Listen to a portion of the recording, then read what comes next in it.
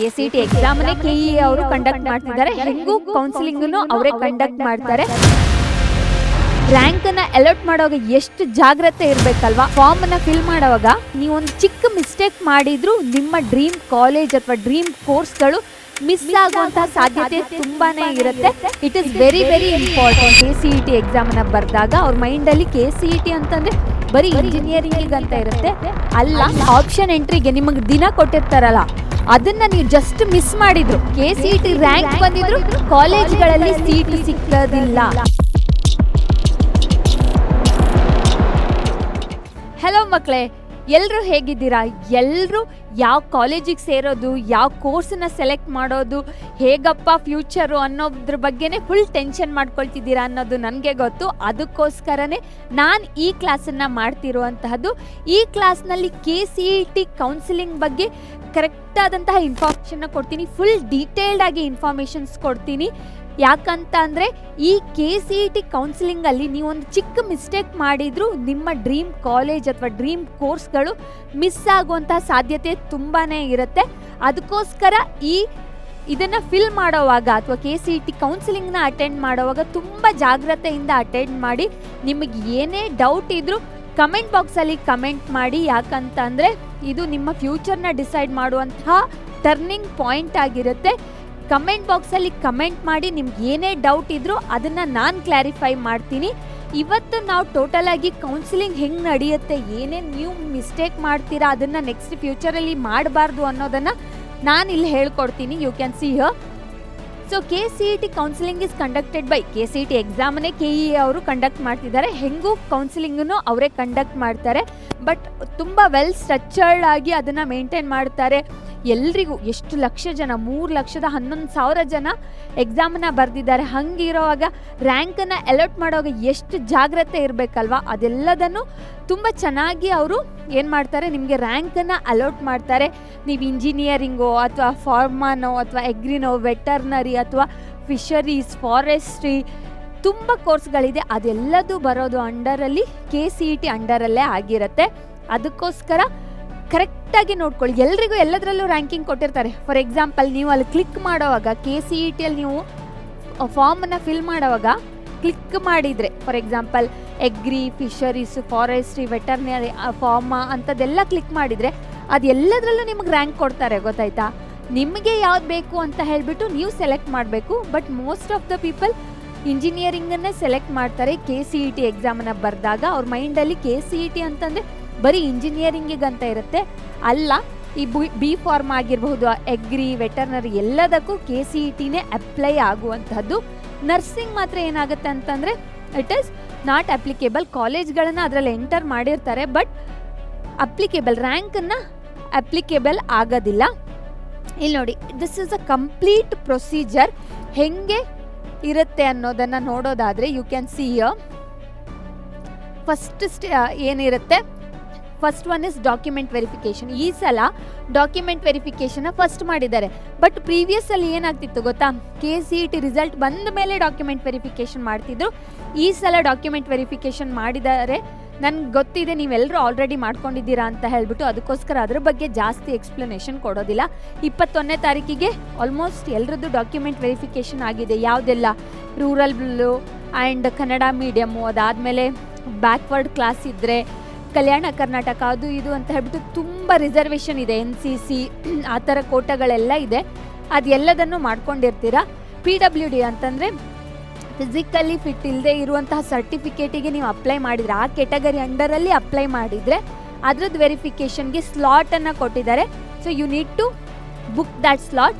26ರಿಂದ 2 June ತನಕ ಸ್ಲಾಟನ್ನು ಕೊಟ್ಟಿದ್ದಾರೆ. ನೀವು ಅಲಾಟ್ ಮಾಡ್ಕೋಬೇಕು ನಿಮ್ಗೆ ಯಾವ್ದು ಬೇಕು ಅಂತ ಹೇಳಿಬಿಟ್ಟು. ಪ್ಲೇಸನ್ನು ಮೆನ್ಷನ್ ಮಾಡಿದ್ದಾರೆ, ಅಲ್ಲಿ ಹೋಗ್ಬಿಟ್ಟು ನೀವು ಏನು ಮಾಡ್ಕೋಬೇಕಾಗುತ್ತೆ, ವೆರಿಫಿಕೇಷನ್ನ ಮಾಡ್ಕೋಬೇಕಾಗತ್ತೆ. ಡಾಕ್ಯುಮೆಂಟ್ ವೆರಿಫಿಕೇಷನ್ ಬಗ್ಗೆ ನಾನು ಜಾಸ್ತಿ ಮಾತಾಡೋದಿಲ್ಲ. Next one is the KCET result ಬರುತ್ತೆ. ಓಕೆನಾ?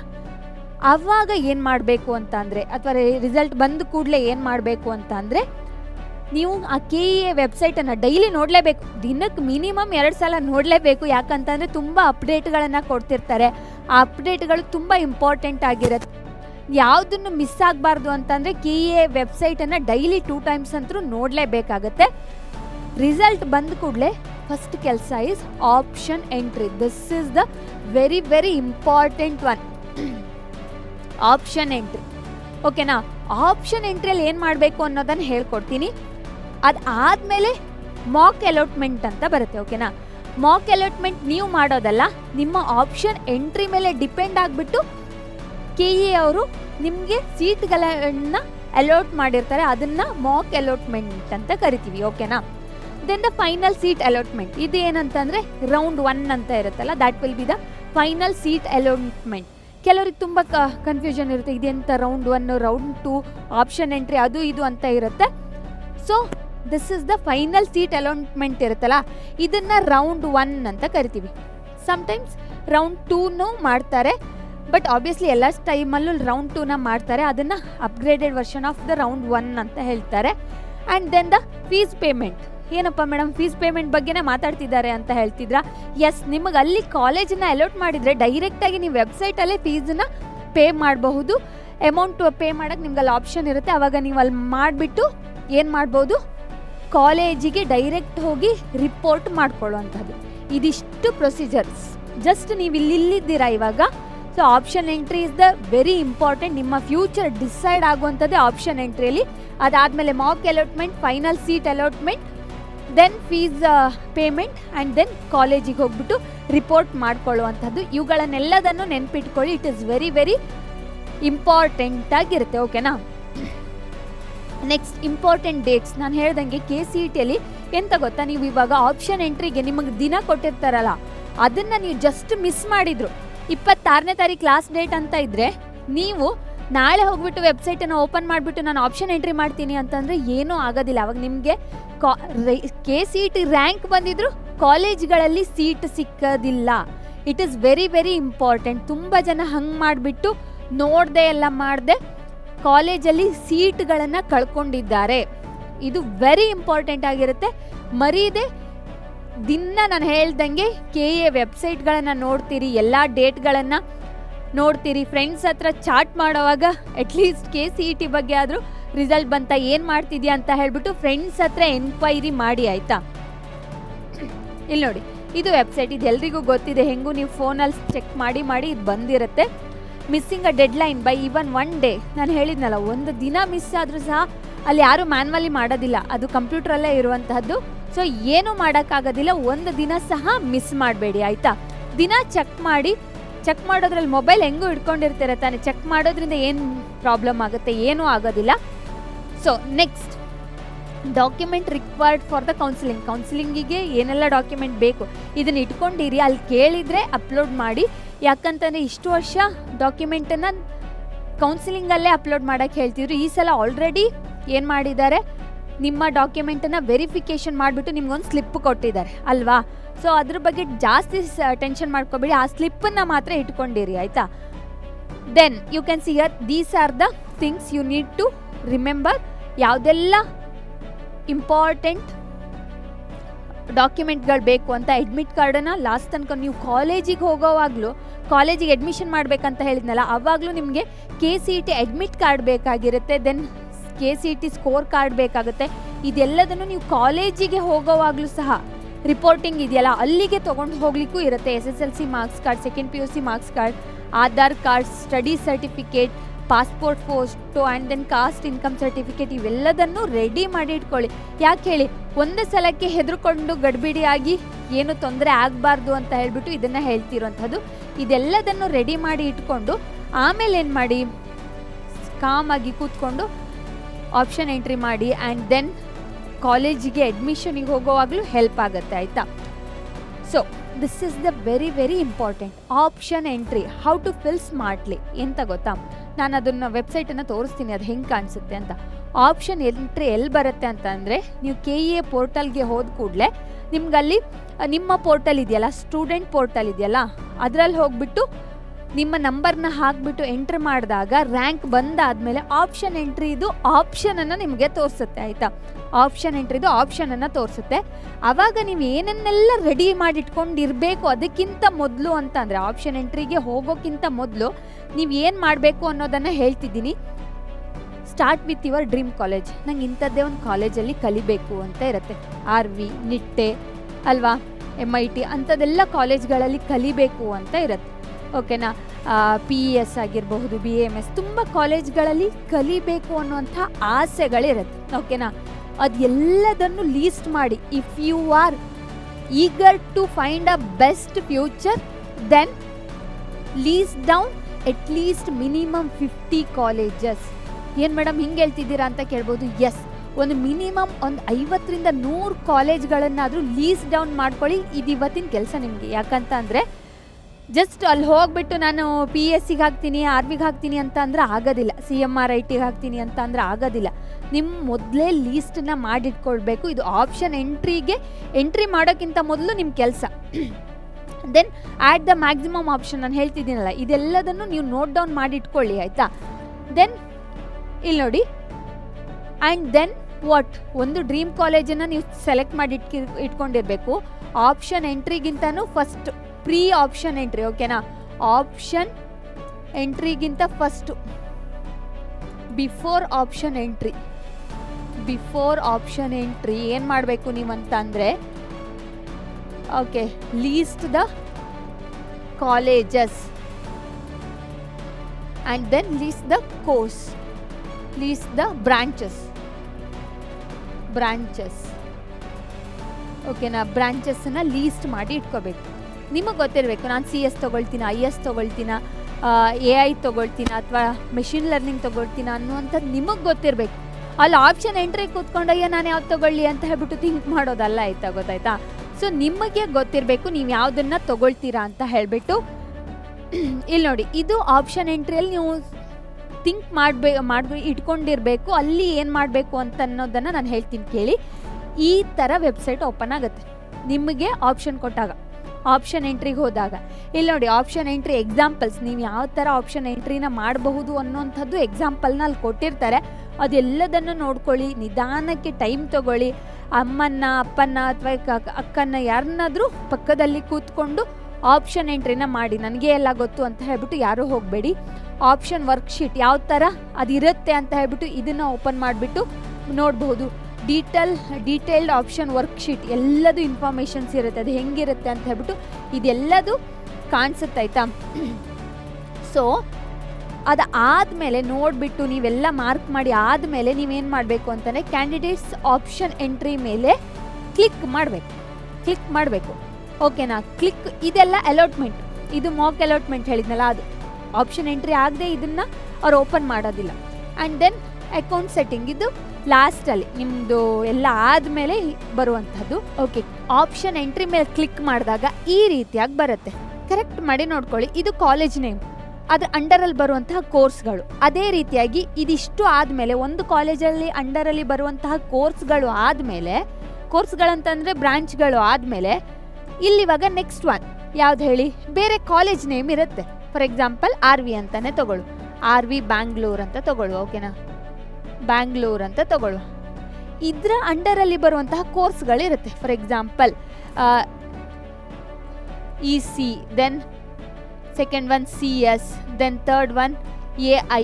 ಈ ಥರ ನೇಮ್ಗಳಿರುತ್ತೆ. ಅದ್ರ ಎದುರುಗಡೆ ಬಾಕ್ಸ್ಗಳನ್ನು ಕೊಟ್ಟಿರ್ತಾರೆ. ಓಕೆನಾ, ನಾನು ಹೇಳಿದ್ನಲ್ಲ, ನಿಮ್ಗೆ ಯಾವ ಕಾಲೇಜಿಗೆ ಹೋಗಬೇಕು, ಯಾವ ಕೋರ್ಸ್ಗಳನ್ನು ಹೋಗಬೇಕು ಅನ್ನುವಂಥದ್ದು ನಿಮ್ಗೊಂದು ಐಡಿಯಾ ಇರುತ್ತಲ್ವಾ, ಅದ್ರ ಮೂಲಕ ನೀವು ಅಲಾಟ್ಮೆಂಟ್ ಕೊಡ್ತಾ ಬರಬೇಕು.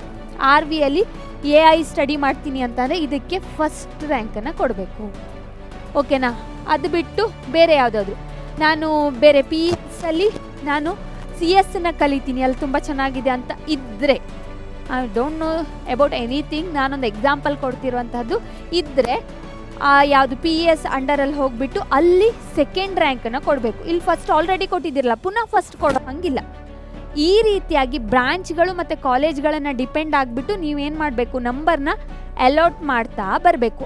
ಇದೇನು ಅಂತ ಕೇಳಿದರೆ, ದಿಸ್ ಈಸ್ ದ ಸ್ಟ್ರಕ್ಚರ್. ಇದಿವಾಗ ನೀವು ಹೆಂಗೆ ನಂಬರ್ ಕೊಟ್ಟಿದ್ದೀರಾ ಅನ್ನುವಂಥದ್ದು. ಇಲ್ಲಿ ನೋಡಿ, E001 ಅಂತ ಅಂದರೆ this is the college code ಆಗಿರುತ್ತೆ ಈ ಕಾಲೇಜಿಂದ. ಇಲ್ಲಿ ನೋಡಿ, ಇದಕ್ಕೆ ಫಸ್ಟ್ ಕೊಟ್ಟಿದ್ರೆ ಫಸ್ಟ್ ಅಂತ ಬರುತ್ತೆ. E002 ಅನ್ನೋಂಥದ್ದು ಬೇರೆ ಯಾವುದೋ ಕಾಲೇಜಿಂದು ಕೋಡು, ಅದರಲ್ಲಿ CSCಗೆ ಸೆಕೆಂಡ್.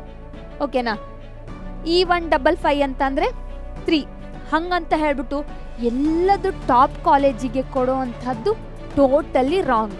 ಯಾಕಂತಂದರೆ it is totally depending on your rank. ನಿಮ್ಮ ರ್ಯಾಂಕ್ ಹೆಂಗೆ ಬಂದಿದೆ ಅನ್ನೋದ್ರ ಮೇಲೆ ನೀವು ಕಾಲೇಜ್ಗಳನ್ನು ಅಲೋಟ್ ಮಾಡಬೇಕು. That is very very very important. ನಾನು ಇದನ್ನು ಯಾಕೆ ಹೇಳ್ತಿದ್ದೀನಿ ಅಂತಂದರೆ, ನೀವು ನೋಡ್ಕೊಳ್ಳಿ, ಎಲ್ಲದು ಟಾಪ್ ರ್ಯಾಂಕಿಂಗಿಗೆ ಕೊಟ್ಟರು.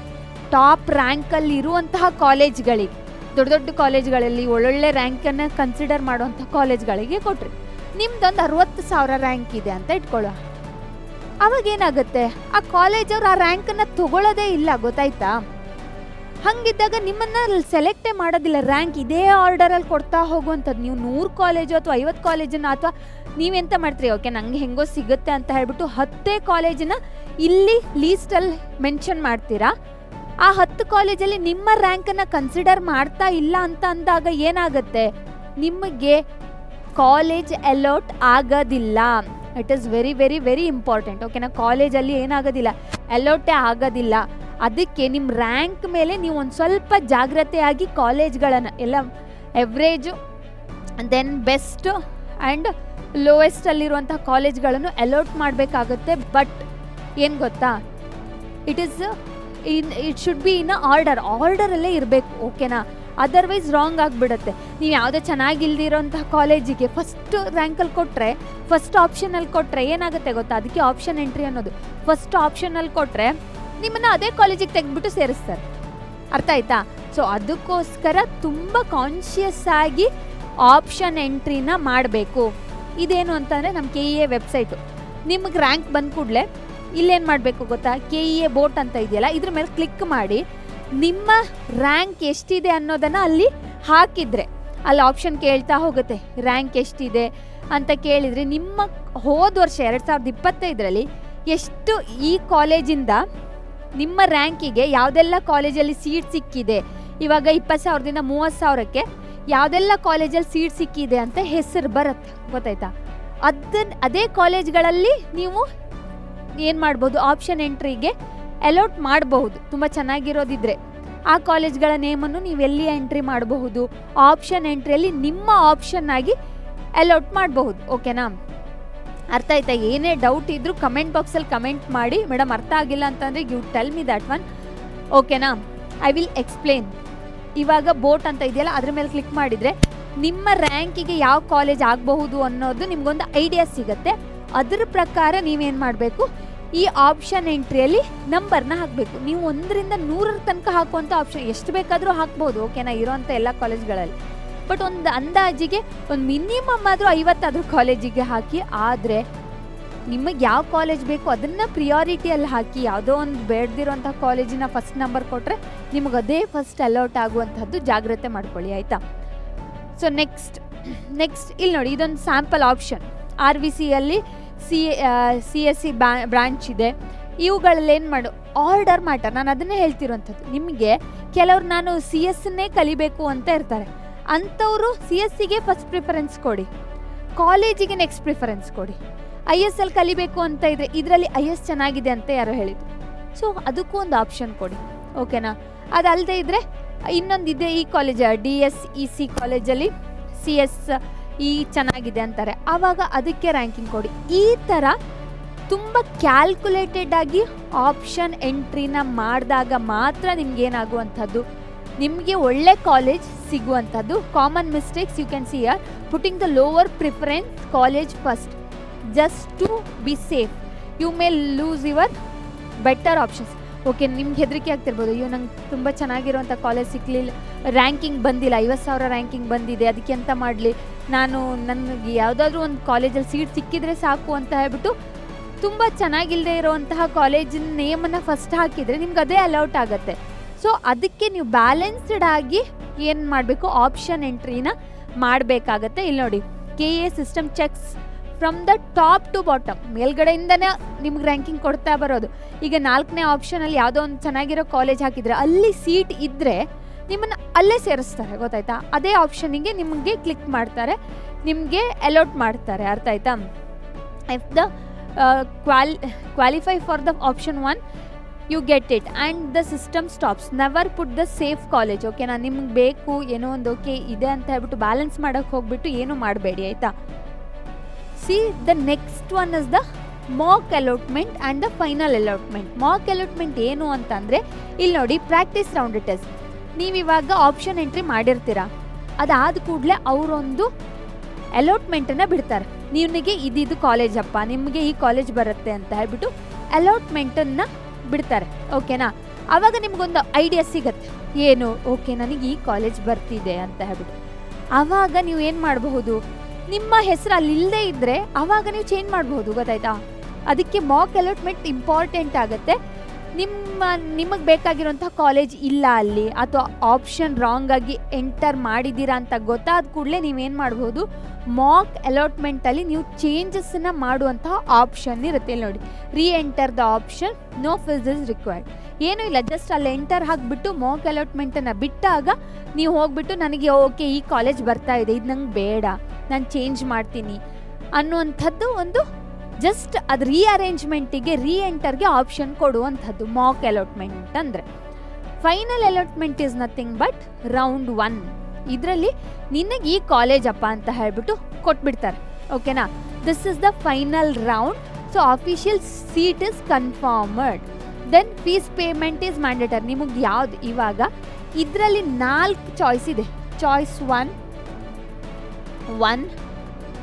ಚಾಯ್ಸ್ 2, ಚಾಯ್ಸ್ 3 ಆ್ಯಂಡ್ ಚಾಯ್ಸ್ 4 ಅಂತ ಹೇಳ್ಬಿಟ್ಟು 4 ಆಪ್ಷನ್ ಇದೆ. ಇದೇನು ಅಂತಂದರೆ, ಚಾಯ್ಸ್ 1ನಲ್ಲಿ ನನಗೆ ಈ ಸೀಟು ಓಕೆ, ನೀವು ಕೊಟ್ಟಿರುವಂಥ ಸೀಟು ನನಗೆ ಖುಷಿ ಆಯಿತು, ನಾನು ಅದನ್ನು ತೊಗೊಳ್ತೀನಿ ಅಂತ. ಓಕೆನಾ? ಎರಡನೇ ಚಾಯ್ಸ್ ಏನು ಅಂತ ಅಂದರೆ, ನೀವು ಕೊಟ್ಟಿರುವಂಥ ಸೀಟು ನನಗೆ ಖುಷಿ ಆಗಿದೆ, but I will wait for the second round ಅಂತ ಹೇಳ್ಬಿಟ್ಟು, ಅಪ್ಗ್ರೇಡೆಡ್ ಏನು ರೌಂಡಿಗೆ ನಾನು ಅಲಾಟ್ ಮಾಡ್ತೀನಿ ಅಂತ ಹೇಳ್ಬಿಟ್ಟು ಚಾಯ್ಸ್ 2 ಇರುತ್ತೆ. ಓಕೆ, ಚಾಯ್ಸ್ 3 ಏನು ಹೇಳುತ್ತೆ ಅಂತಂದರೆ, ನೀವು ಕೊಟ್ಟಿರುವಂತಹ ಸೀಟ್ ನನಗೆ ಇಷ್ಟನೇ ಇಲ್ಲ, ಆ ಕಾಲೇಜೇ ಇಷ್ಟ ಇಲ್ಲ, ನಾನು ರೌಂಡ್ 2ಗೆ ಹೋಗ್ತೀನಿ ಅಂತ ಹೇಳುವಂಥದ್ದು. ಚಾಯ್ಸ್ 4 ಕೆಲವೊಂದು ಸಲ ಅದನ್ನು ಆಪ್ಷನ್ ಕ್ಲಿಕ್ ಮಾಡೋದಿಲ್ಲ ಯಾರು, ನಿಮ್ಮ KCETನೇ ಬೇಡ, ನನಗೆ ಇಂಜಿನಿಯರಿಂಗೇ ಬೇಡ, ನಾನು ನಿಮ್ದು ಯಾವುದು KE ಇಂದ ಬರುವಂತಹ ಸೀಟ್ಗಳು ನಂಗೆ ಬೇಡ, ನಾನು ಕ್ವಿಟ್ ಮಾಡ್ತೀನಿ ಅಂತ ಹೇಳ್ಬಿಟ್ಟು ಇದು 4ನ್ನ ಕ್ಲಿಕ್ ಮಾಡಲೇಬೇಕಾಗುತ್ತೆ. ಇದು 4ರಲ್ಲಿ ಒಂದು ನಿಮ್ಗೆ ಕೊಟ್ಟಿರೋದು ಇಷ್ಟ ಆದರೆ ಚಾಯ್ಸ್ 1ಅನ್ನು ಮಾಡಬೇಕು. Okay, I am satisfied, but ನಾನು ಇನ್ನೊಂದು ರೌಂಡಲ್ಲಿ ನಂಗೆ ಚೆನ್ನಾಗಿರೋಂಥ ಸೀಟನ್ನು ಸಿಗ್ಬೋದು, ನಾನು ವೆಯ್ಟ್ ಮಾಡ್ತೀನಿ ಅನ್ನುವಂಥದ್ದು ಎರಡನೇ ಆಪ್ಷನ್ನಾಗಿರುತ್ತೆ. ಸೊ ಇವೆರಡನ್ನ ಕ್ಲಿಕ್ ಮಾಡಿದವ್ರು ಏನು ಮಾಡಬೇಕಾಗುತ್ತೆ ಅಂತಂದರೆ, ನಿಮ್ಮ ಎಲ್ಲ ಡೀಟೇಲ್ನ ಇದರದ್ದು ಕಾಪಿನ ಡೌನ್ಲೋಡ್ ಮಾಡ್ಕೊಂಡ್ಬಿಟ್ಟು, ಅಲ್ಲೊಂದು ವೆಬ್ಸೈಟಲ್ಲಿ ಡೌನ್ಲೋಡ್ ಮಾಡೋಕ್ಕಿರುತ್ತೆ, ಅದನ್ನು ಡೌನ್ಲೋಡ್ ಮಾಡಿಬಿಟ್ಟು ನೀವೇನು ಮಾಡಬೇಕಾಗುತ್ತೆ ಅಂತಂದರೆ, ಕಾಲೇಜಿಗೆ ಹೋಗ್ಬಿಟ್ಟು ಅಲ್ಲಿ ಫೀಸನ್ನು ಪೇ ಮಾಡೋಕ್ಕೆ ಆಪ್ಷನ್ ಇರುತ್ತೆ. ಗೌರ್ಮೆಂಟ್ ಫೀಸನ್ನು ನಿಮ್ಗೆ ಆನ್ಲೈನಲ್ಲೇ ಪೇ ಮಾಡೋಕ್ಕೆ ಆಪ್ಷನ್ ಇರುತ್ತೆ. ಪೇ ಮಾಡಿಬಿಟ್ಟು ನೀವೇನು ಮಾಡ್ಬೋದು, ಕಾಲೇಜಿಗೆ ಹೋಗ್ಬಿಟ್ಟು ಅಡ್ಮಿಷನ್ ಮಾಡ್ಕೊಳ್ಬಹುದು. ಇದರಲ್ಲಿ ಏನು ಮಾಡ್ಬೋದು ಅಂತಂದರೆ, ಅಡ್ಮಿಷನ್ ಮಾಡಿದ್ರು ಓಕೆ, ಇಲ್ಲಾಂದ್ರೂ ಓಕೆ, ಅವ್ರ ಹತ್ರ ಹೇಳಬೇಕು ನೀವು I am waiting for the second round ಅಂತ ಹೇಳಿಬಿಟ್ಟು. ಸೊ ಕರೆಕ್ಟಾಗಿ ಕೇಳ್ಕೊಳ್ಳಿ, ದಿಸ್ ಈಸ್ ರೌಂಡ್ 1. ಓಕೆನಾ? ಇದರಲ್ಲಿ ನನಗೆ ಬೇಡ ಅಂದಿರ್ತಾರಲ್ಲ, ಅವರಿಗೋಸ್ಕರ ರೌಂಡ್ 2ನ ಮಾಡ್ತಾರೆ. ಅದಕ್ಕೆ ಒಂದು ಸ್ವಲ್ಪ ಟೈಮ್ ತೊಗೊಳುತ್ತೆ, ಎಲ್ಲರದ್ದು ಆಗಬೇಕು, ಇಂತಿಷ್ಟು ರ್ಯಾಂಕಿಂಗ್ ಅಂತ ಹೇಳ್ಬಿಟ್ಟು ಎಲ್ಲರದ್ದು ಕೌನ್ಸಿಲಿಂಗ್ ಅಲಾಟ್ಮೆಂಟ್ ಆದಮೇಲೆ ನಿಮ್ಗೇನು ಮಾಡ್ತಾರೆ, ಕೆಲವೊಂದು ಕಾಲೇಜಲ್ಲಿ ಏನು ಮಾಡ್ತಾರೆ, ಒಬ್ಬರಿಗೆ 3-4 ಕಾಲೇಜಲ್ಲಿ ಅಲೌಟ್ ಆಗಿದೆ, ಅಥವಾ ಯಾರಿಗೋ ಒಬ್ಬರಿಗೆ ಏನಿರುತ್ತೆ, ನನಗೆ ಆ ಕಾಲೇಜ್ ಸಿಕ್ಕಿರೋಂಥ ಕಾಲೇಜ್ ಬೇಡ ಅಂತಾರೆ. ಅವ್ರು ಅಡ್ಮಿಷನ್ ಆಗೋ ತನಕ ನೀವು ವೆಯ್ಟ್ ಮಾಡಬೇಕಾಗತ್ತೆ. ಓಕೆನಾ? ವೆಯ್ಟ್ ಮಾಡಿಬಿಟ್ಟು ಏನು ಮಾಡಬೇಕಾಗತ್ತೆ, ಅಲ್ಲಿ ಖಾಲಿ ಇದ್ದರೆ ಅದನ್ನು ನಿಮಗೆ ಅಲೌಟ್ ಮಾಡ್ತಾರೆ. ಅದೊಂದು ಸ್ವಲ್ಪ ಟೈಮ್ ತೊಗೊಳುತ್ತೆ ರೌಂಡ್ 2ಗೆ. ಸೊ ಇದಿಷ್ಟು ಕೆಲಸ. ರೌಂಡ್ 2 ಆದಮೇಲೆ ಪುನಃ ಅಡ್ಮಿಷನ್ ಮಾಡ್ಕೊಳ್ಬೇಕಾಗತ್ತೆ. ಸೊ ಇದಿಷ್ಟು ಒಂದು KCET ಕೌನ್ಸಿಲಿಂಗ್ ಹೆಂಗೆ ನಡೆಯುತ್ತೆ ಅಂತ ಹೇಳ್ಬಿಟ್ಟು ಇಲ್ಲಿ ನೋಡಿ, ಸೀಟನ್ನು ನೀವು ಫ್ರೀಸ್ ಮಾಡಬೇಕಾಗತ್ತೆ ಕಾಲೇಜಿಗೆ ರಿಪೋರ್ಟ್ ಮಾಡಿಬಿಟ್ಟು. This is very important. ಇಲ್ಲಿ ನೋಡಿ, KCET ಕೌನ್ಸಿಲಿಂಗಲ್ಲಿ ಏನೆಲ್ಲ ಮಾಡಬೇಕು ಅಂದರೆ, ಡಾಕ್ಯುಮೆಂಟ್ ರೆಡಿ ಇಟ್ಕೊಳ್ಳಿ, ಒರಿಜಿನಲನ್ನು, ಮತ್ತು ಅದೇ ರೀತಿಯಾಗಿ ಜೆರಾಕ್ಸನ್ನು ರೆಡಿ ಇಟ್ಕೊಳ್ಳಿ. Track the dates are very important. Smart option ಅಂದರೆ ನಿಮಗೆ ಡ್ರೀಮ್ ಕಾಲೇಜ್ ಯಾವುದು ಕೋರ್ಸ್ ಇಷ್ಟ ಅದೆಲ್ಲದನ್ನು ಸೆಲೆಕ್ಟ್ ಮಾಡಿಬಿಟ್ಟು ಮಿನಿಮಮ್ 50 ಎಂಟ್ರಿಗಳನ್ನು ಆಪ್ಷನ್ ಎಂಟ್ರಿಯಲ್ಲಿ ಕ್ಲಿಕ್ ಮಾಡಿ ಪೇ ಆನ್ ದ ಟೈಮಲ್ಲಿ ಫೀಸನ್ನು ಪೇ ಮಾಡುವಂಥದ್ದು ತುಂಬ ಇಂಪಾರ್ಟೆಂಟ್ ಆಗುತ್ತೆ. ಅದಕ್ಕೆ ಜಾಸ್ತಿ ಏನು ಟೈಮ್ ಕೊಡೋದಿಲ್ಲ. ಸೊ ಕೆಲವರು ಲೋನಿಗೆ ಅಪ್ಲೈ ಮಾಡ್ತಾ ಇರ್ತಾರೆ, ಅದ್ರ ಬಗ್ಗೆ ಹೆಂಗೆ ಏನು ಅನ್ನುವಂಥದ್ದು ತುಂಬ ಕನ್ಫ್ಯೂಷನ್ಸ್ ಇರುತ್ತೆ. ಇದಕ್ಕೋಸ್ಕರ ಅಂತಲೇ ನಾನು ಯೂಟ್ಯೂಬಲ್ಲಿ ಒಂದು ವಿಡಿಯೋನ ಮಾಡಿದ್ದೀನಿ, ಅದನ್ನು ಹೋಗ್ಬಿಟ್ಟು ನೋಡಿ. ನೀವು ಫಸ್ಟ್ ಇನ್ಸ್ಟಾಲ್ಮೆಂಟನ್ನು ನಿಮ್ಮ ಕೈಯಿಂದನೇ ಕಟ್ಟಬೇಕಾಗತ್ತೆ, ಅದಾದಮೇಲೆ ಲೋನ್ ಸ್ಯಾಂಕ್ಷನ್ ಆಗುವಂಥದ್ದು. ಅದ್ರ ಬಗ್ಗೆ ಇನ್ ಡೀಟೇಲ್ ಆಗಿ ನಾನು ಒಂದು ವಿಡಿಯೋನ ಮಾಡಿದ್ದೀವಿ, ನೀವು ಹೋಗ್ಬಿಟ್ಟು ನೋಡಿ, ಆಯಿತಾ? So all the best for your future. ಏನೇ ಡೌಟ್ ಇದ್ದರೂ ಕಮೆಂಟ್ ಬಾಕ್ಸಲ್ಲಿ ಕಮೆಂಟ್ ಮಾಡಿ, we will clarify that one. ಓಕೆನಾ? ರ್ಯಾಂಕ್ ಎಷ್ಟು ಬಂದಿದೆ ಅನ್ನೋದನ್ನು ಸಹ ಕಮೆಂಟ್ ಬಾಕ್ಸಲ್ಲಿ ಕಮೆಂಟ್ ಮಾಡಿ. We will be very happy to see your results. Till they take care. Bye.